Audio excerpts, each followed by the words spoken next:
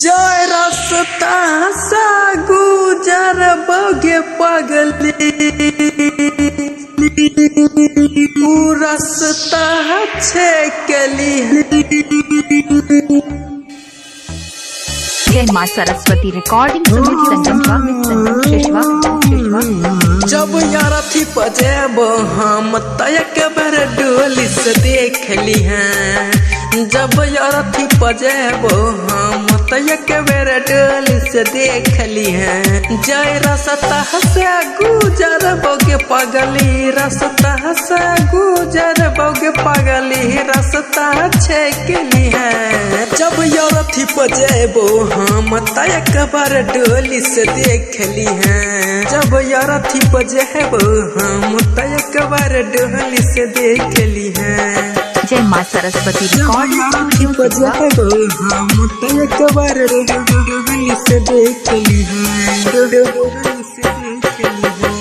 जब यार थी पजेब हम तयक बर डोली से देख ली हैं।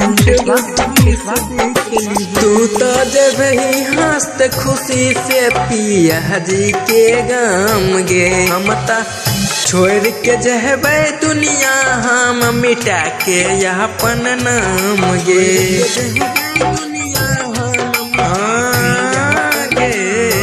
तू ताज भाई हंसते खुशी से पिया जी के गम गे छोड़ के जहबे दुनिया हम मिटा के अपन नाम गे।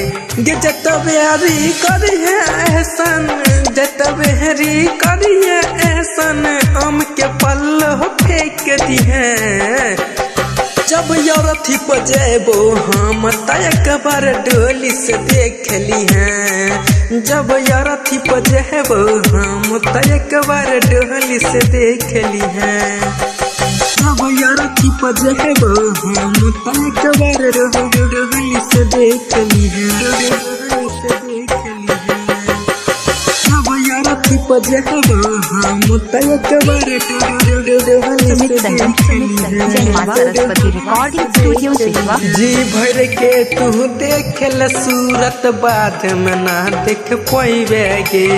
आज मुँह मरल वही ते बाद में बड़ा पचतैबे गे। आज मुँह मरल वही ते बाद में बड़ा पचतैबे। जी भर के तू देख ल सूरत बाद में ना देख पैबे गे। आज मुँह मरल वही ते बाद में बड़ा पचतैबे गे। कहो रटर दीपक सुमित बहा तो सूरज सुमित बहा प्रेम के माथा तू टेक ली है। जब यार थी पजेब हम तयक बर डोली से देख ली हैं। जब यार थी पजेब हम तयक बर डोली से देख ली हैं। जय मां सरस्वती रिकॉर्डिंग स्टूडियो सिसवा।